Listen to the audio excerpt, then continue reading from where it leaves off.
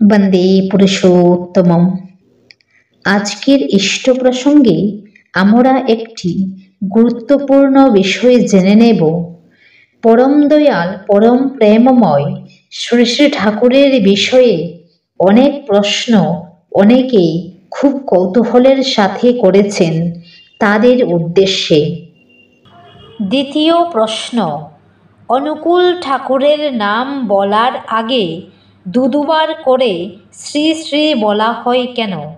এটা কি অনুকূল ঠাকুর নিজেই চালু করেছিলেন? ঠাকুরের নামের আগে দুইবার শ্রী বলা হয় কারণ এর চেয়ে বেশিবার শ্রী বলার প্রথা নেই।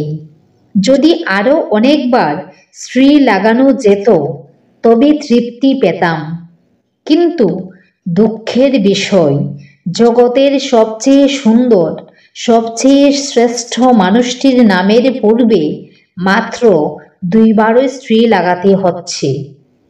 এই শ্রী শ্রী লাগানোর প্রথা ঠাকুরের বিশেষ ভক্তগণ শুরু করেছিলেন। নিজেই যদি নিজের নামের পূর্বে দুইবার শ্রী বসানো যেত তবে তোমার আমার মতো মানুষ এতদিন শুধু একটা শ্রী বসিয়ে সন্তুষ্ট থাকতাম। জয় গুরু।